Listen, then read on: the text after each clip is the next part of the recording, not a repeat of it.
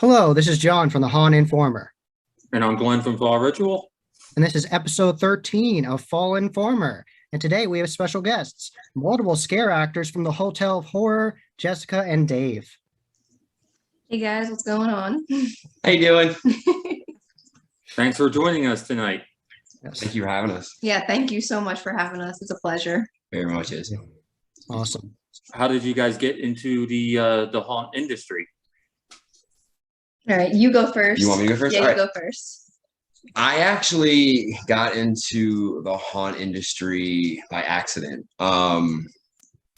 Brief backstory of myself.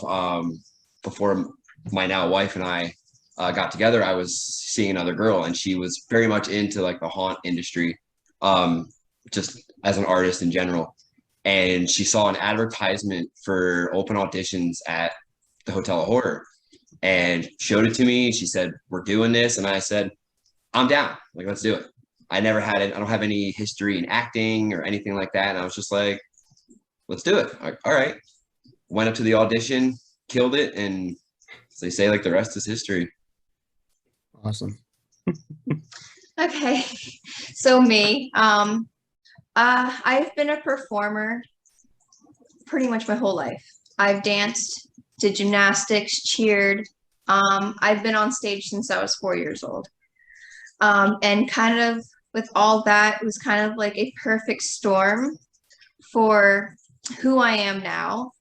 The haunt itself, it's kind of been a big thing for me since I was little. My parents, well, my father, grew up in Wilkes-Barre, up north by Scranton, and we would go visit family, and on the way back obviously fall asleep, and he'd wake me up once we got in the Sailorsburg because we took 115 home, and he'd be like, wake up, hey, wake up.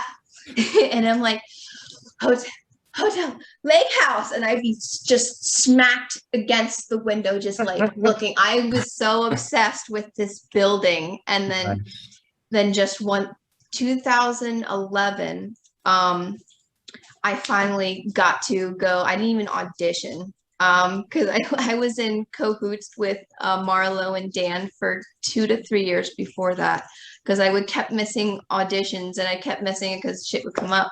And I finally got in, and they're like, well, you know what, it's close to haunt season, so just fill out paperwork and we'll go from there. And I said, okay. So they're like, all right, what can you do? I'm like, well, I'm tiny. I'm only 4'11", and Fun size. yeah, fun size. And I'm flexible, so I fit in small spots. So like, well, you can be the monster in the bed. I'm like, all right, cool. So then I came up with this whole character, this creepy ass character,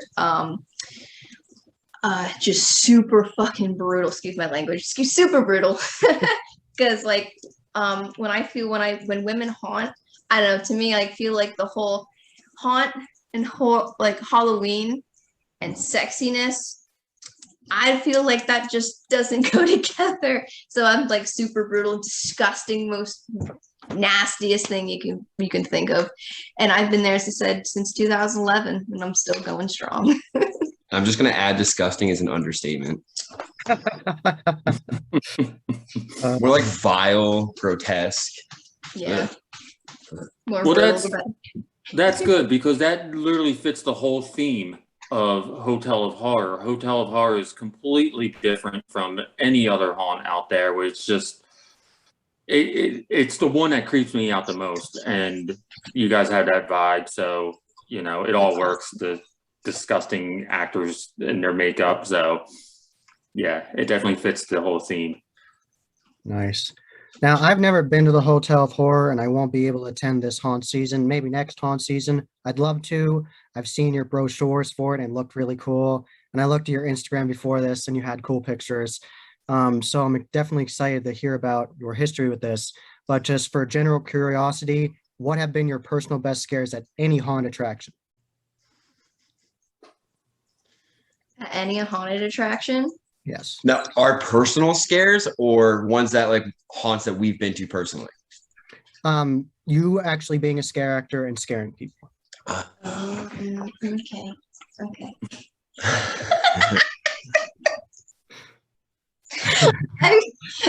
after doing a decade of haunting, like, all right, There's so there's so many, many. but my favorite one, my OG original favorite. So it was my first year, and being rabbit and stuff, and being the monster of the bed.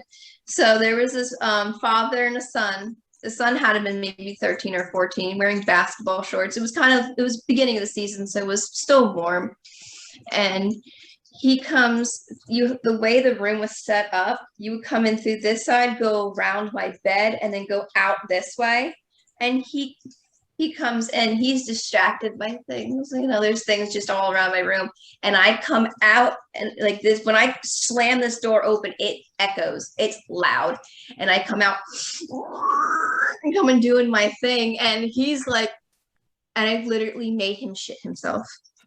It was literally like loose Oh my cake God. batter, and it was all over the door.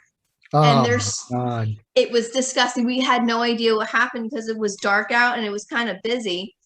And I'm like, what? Why is it lingering? I'm like, oh my, why is it just kept smelling fresh for hours. And then we turned on the lights, and like oh my God. And I'm pretty sure there's still some left on the door. Permanent stain. It's like permanently on there. Oh my gosh. That's I insane. have one from another bodily function. Yes, that actually happens quite often. A lady, little tipsy, we'll say. She definitely was having a good night prior to coming to see us, which it's not recommended, but it happens. So they were coming in, they were having a good time hooting and hollering, and this was 2015, I believe, when I was the Bloody Menace in the asylum room.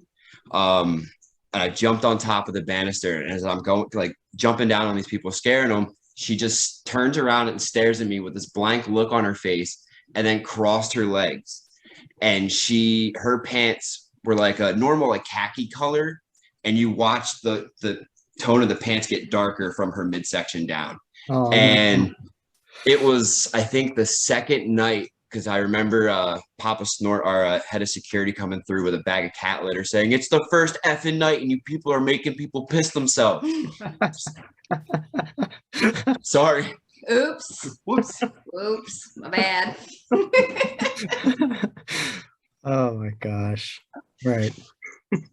Yeah. And I've had people literally just drop on the floor, completely panic attack, and where I'd had to take them out because they couldn't handle it. And I was like, at that point, it was only like four rooms in. Like, you still have like 20 minutes to go. And you're like, I'm done. I mean, the amount of people we escort out a weekend, it's mind blowing. Like, it's hard to get an exact number, but like, there's weekends I'm escorting 2, 3, 4 groups out, like, throughout the weekend, because they can't handle it. And they get to like a certain point and they're just like, I'm done. Like, whatever you got to do to get me out of here, get me out of here. And it's like, okay, like, if that's what you want, like, I can get you out of here. But it happens so often. Yeah. And we have a special staircase for that, so they don't get overwhelmed by other people. Oh, okay. Okay, gotcha. Yeah. I was going to ask you, like, do you know an estimate, like, ratio of how many people can't get through it? I mean, it's a brutal haunt. I mean, it's, just being outside, that place, it's a scary place. I mean, do you know, like you said, a couple groups, but like I said, they don't give us like the numbers. Like, it's just from like personal experience. I know she escorts out quite a bit. Like, we escort, like, we don't phone anybody. Like, we bring them out ourselves because it's just easier and quicker for us to take them through like certain doors and whatnot and get them out. But like, I probably say the most I've done in a year was probably about a dozen groups of like 3, 4 people per group just can't handle it, and they're just like, I'm done. And that's like just you. Yeah, and that's just me. And like you said, that's like, not other actors, we're assaulting you from, I don't want to say assaulting like it's a bad thing, but like we're hitting you from the time like you park your car, like you look at the visualization of the building itself, like that's intimidating right there. Like, that is such a beautiful dilapidated building. Like, it's just visually intimidating. And then you hear the sounds and hear the screaming, and most of that isn't piped through like system. Like you hear that in the building, and I mean they do have like the effects and the sound outside too, but like you can actually hear like authentic screams from the building, and it's unnerving. Like my friends that come through, they're like, that's one of the scariest things, is just going up to the window, because you hear everything, like all the people in terror, you see people getting brought out. Like it's intense. Yeah, that place is a whole nother monster. Like it's got its own Life force. It's got its own life force. It really does. That place, that building itself comes alive. Let's talk about that building for a second. I mean, it is a very old building. They even have like articles there you can read about the building.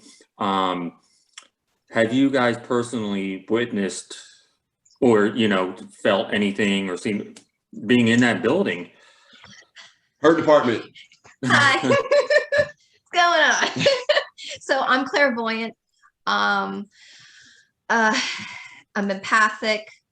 And so I've seen full body apparitions in there. We have what we call doppelgangers. They take form of our haunters. The one time, this was my second year, and I was in my original room I was telling you about with the bed, and I was just chilling on top, just hanging out. It was a slow night, and there was another lady. She was kind of like my distraction for my setup, and we're just hanging out, just chilling. And so there's a massive door between each haunt that opens up. It's a massive wall, and you can only get through there to go to the bathrooms, and you go around, and there's another actor's hallway midst there, and that's how you get in. And then you can't go out and circle. So the one time we're just sitting there, and we're just watching it was break time, and just kind of watching people walk through. We're like, oh, hey, what's going on? How's your night going? And one time, one lady, her name was Nanette, and she walked through. And we're like, oh, hey, Nanette. And she waved, and she walked through. And then all of a sudden, it's kind of like somebody took a tape, rewound it, and played it back within 5 seconds. She came through full, same thing. And the lady that was in my room ran out to the hallway. Like, she looked at me. She's like, you saw that, right? And she booked it, looked out down the hallway, because it's a really long hallway. There's nobody there. And there's another part where like, oh, hey, oh, it's nice to see Fishhook again. And we're like, Fishhook's not here. Well, I'm like, I just saw him in the attic. He's not here. And another part where sometimes when I'm starting to get like ready, we had our meeting, getting all set up, putting our stuff away in our little cubbies in our room, and like I will literally see spirits start kind of whizzing by in my peripheral vision. It's almost like they're getting set up too. They're setting up for they love it. There is some malevolent ones in there. They hide up in the 4th floor. One freaked me out in Father Time, and it literally chased me out of my cubby. That building definitely got some stuff. It definitely plays with us as much as we play in the building. It also she was just saying, we definitely think it likes that we're there, because there's a lot of times where like, because I go on Fridays, for example, I'll leave my 9 to 5 and then have to get ready and get up to the haunt. And I'm tired. I worked all day. I get there and I'm trying to get into character, get situated. And as soon as I walk in that building, it's like getting hit by a burst of energy. That adrenaline's flowing. Like I know where I'm at. I know what I'm getting ready to do. And it's like the building gave me like my second win per se. And like, we definitely think it loves to play with us as much as it likes to mess with us. If that makes sense. Yeah, if that makes sense. So yeah, like we'll have animatronics staged throughout certain parts, and they are literally like our detectors of when people are coming. So we hear it go off like, oh, gotta get ready, sometimes we're like, Nobody there. Where are you? I'm right. And we like, there's nobody there. Like it would just, the motion detector will go off and nobody's there. And sometimes we'll see the curtains be pulled back and nobody's there. I've seen probably 7.5, 8 foot tall shadow people in there as well. I've jumped out of my hiding spot at like shadows that I think are people, like silhouettes of people that are cast off like the lights, which would be like my alert that people are there. I'd see their shadows and I jump out and I'm looking, I'm like, all right then. Gonna go reset and see what happened there. And it happens a lot. It does. And there's definitely a little girl that runs around. She loves it. She goes, "This is fun." And like you'll hear her voice and you'll hear things.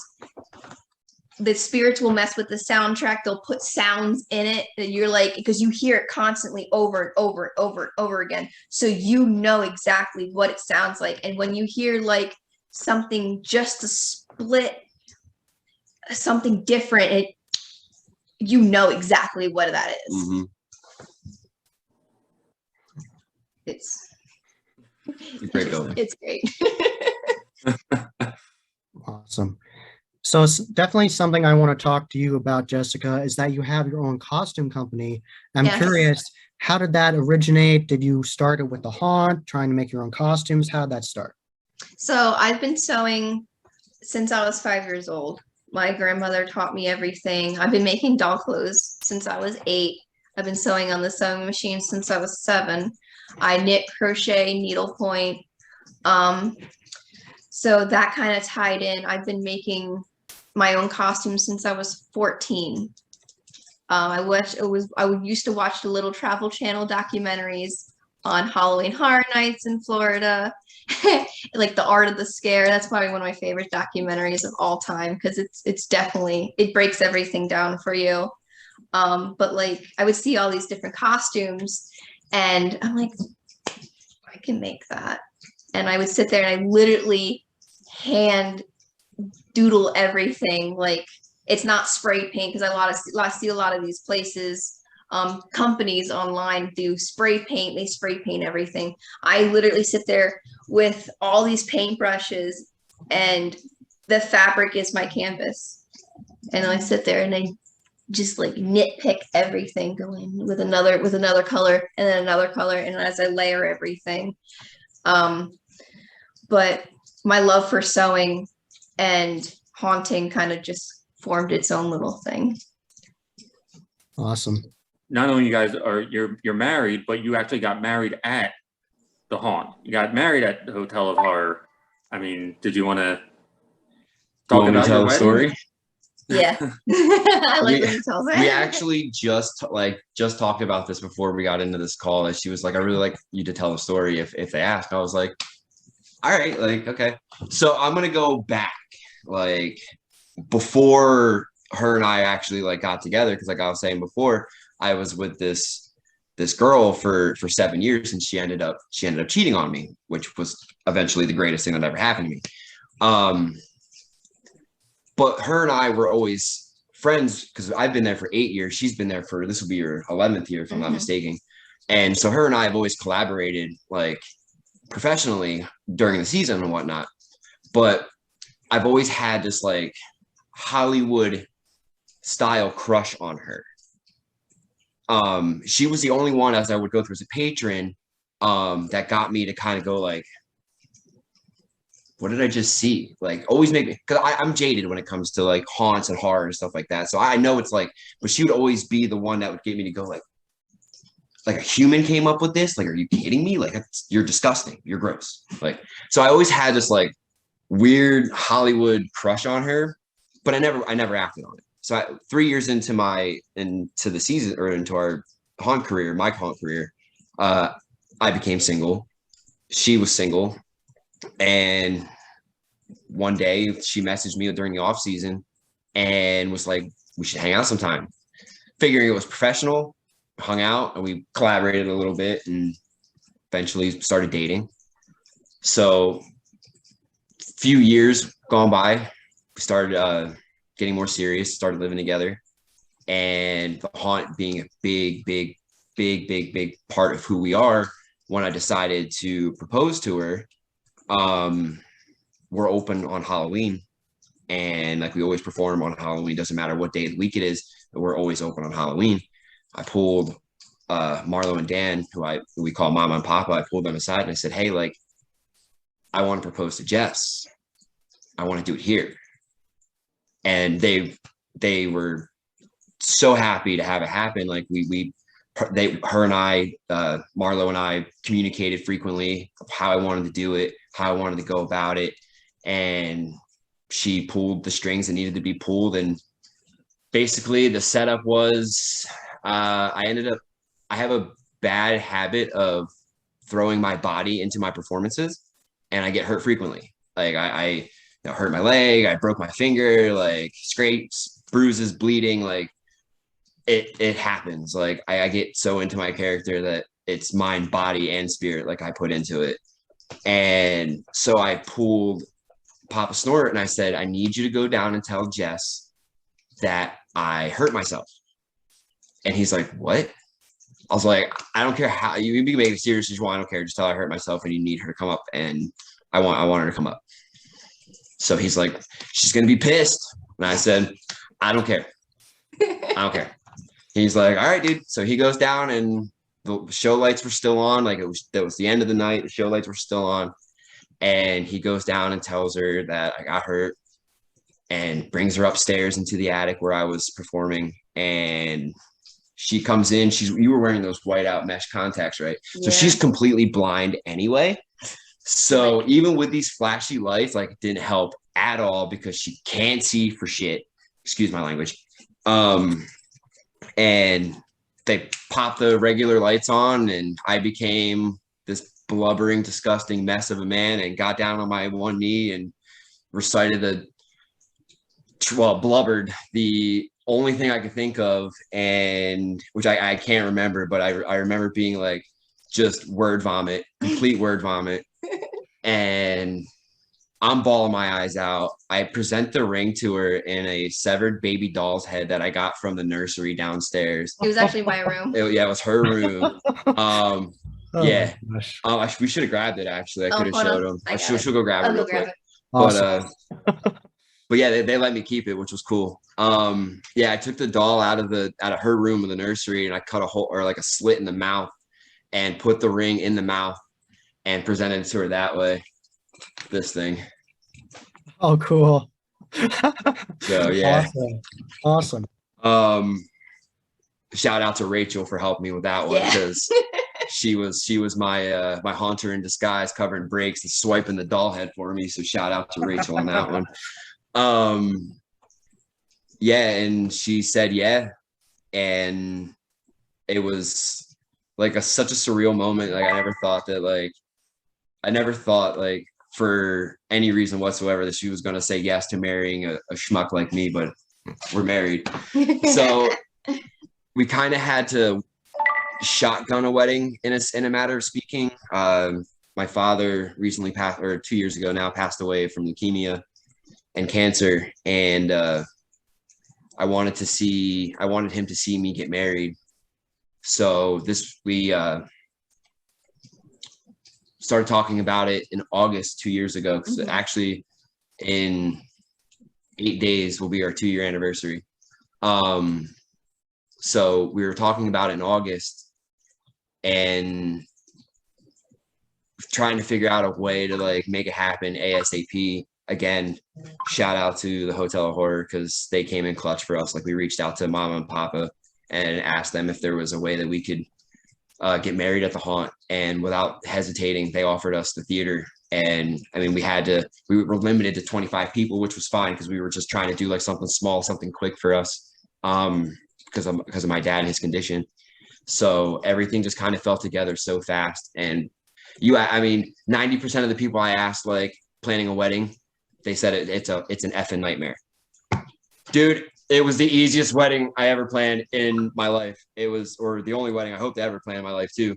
But it was so quick. Everything fell together. It was just, it was meant to be. And the date that we got married was a week before haunt started, Friday the 13th. Cool. Nice. Uh, awesome story meeting there. Yes, And the that's a whole great getting back story. there. That's awesome. And now you guys are there together. That's awesome. Right, when we first started dating, we dubbed the moniker "the couple that slays together stays together." Nice. Nice. Talk about the upcoming season though, real quick. You guys are going to be open. Is it going to be full on like past year, or is it going to be kind of like last year where COVID rules are still in place? Is it going to be kind of fully open? Do you know? I don't know personally offhand. I'm assuming we'll probably go over that more when we start having our meetings for the season, like when the cast and crew start to get together. Because I thought you guys did a really unique job with it last year with the COVID, with like the actors being behind like that clear curtain, so you could still get a good scare and still be, safe and distant. It definitely offered challenges. Yeah, it was. Yeah, Definitely I'm offered sure. It was challenges very for sure. interesting to say the least. It was definitely something I've never experienced. Most of my characters have some form of like, I like vocal distortion. Like I self-taught myself how to do like metal vocals, like deep growls and like high pitched screams and whatnot. So like I've always like practiced vocal distortions. So to not be able to really use my voice too much, being inhibited by the mask and whatnot, it was definitely a unique way to haunt for me personally, because I had to use more like body movements and like it definitely offered challenges. So I'm looking forward to seeing what kind of regulations. I'm sure there's going to be some form of regulations in place since the pandemic is still going through, but I'm just looking forward to seeing like what kind of regulations we have to deal with this year. Yeah, they usually follow it pretty close, so we won't know more towards probably like maybe a week to 2 weeks beforehand. Well, you guys are open full season, and when is your opening? When is your opening weekend? September 25th.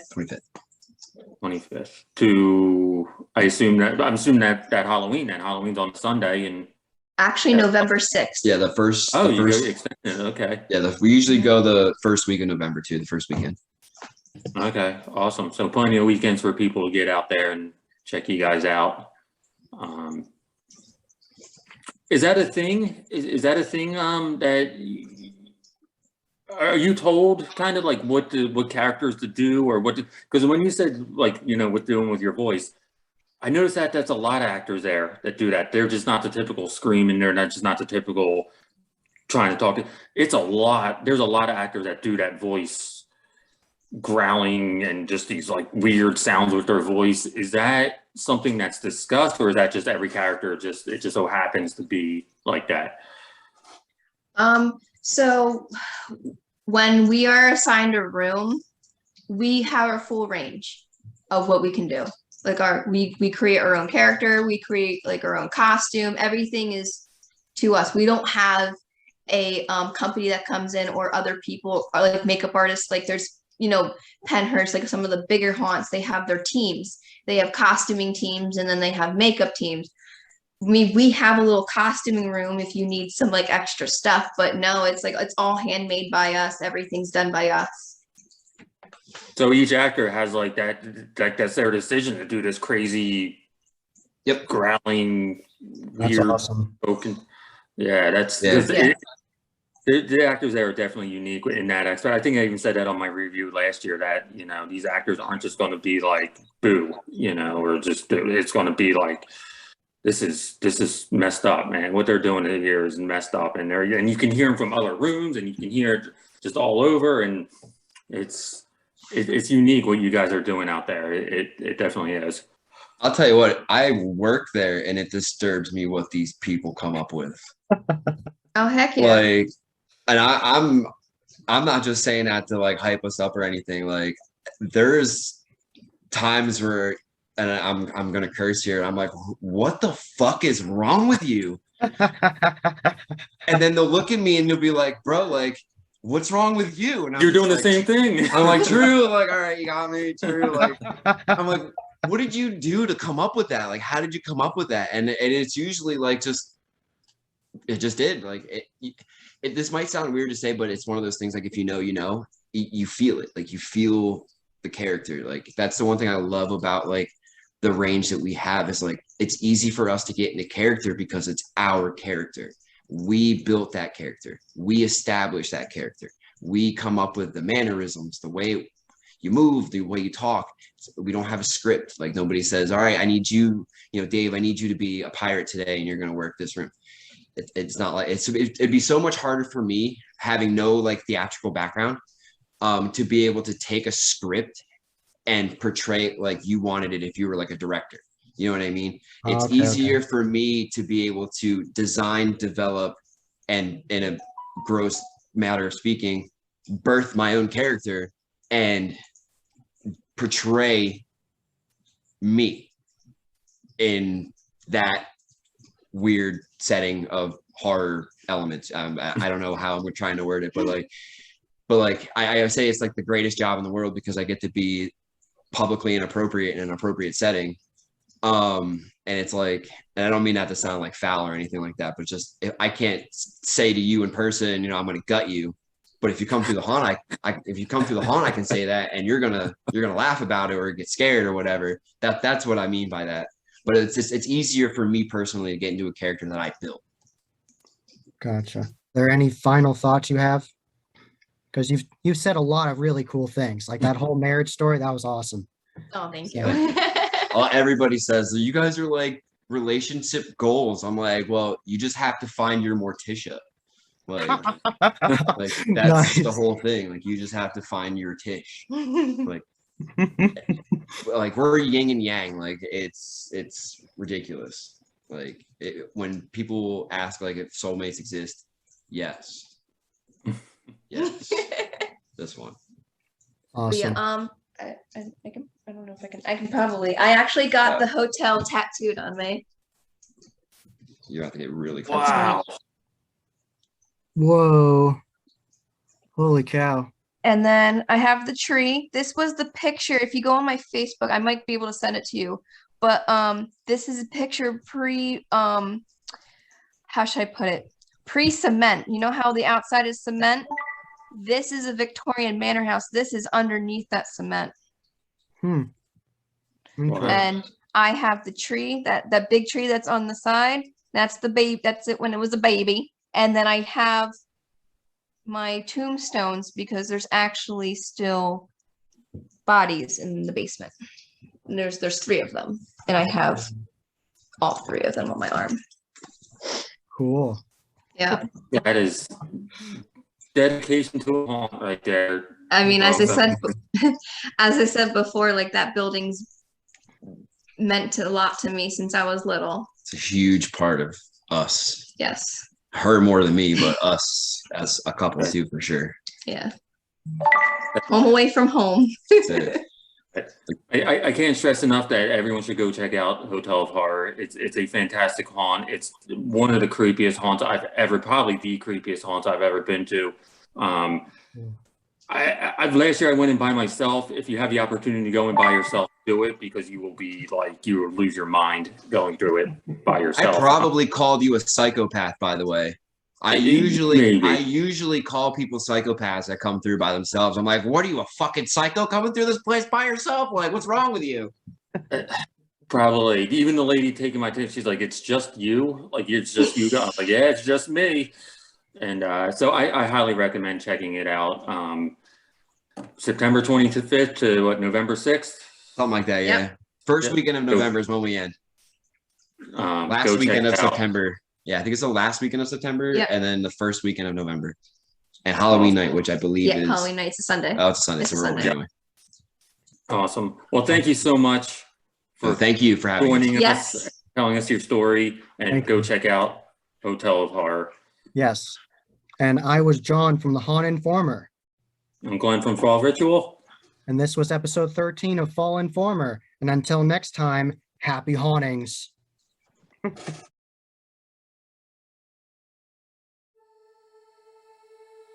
Thank you.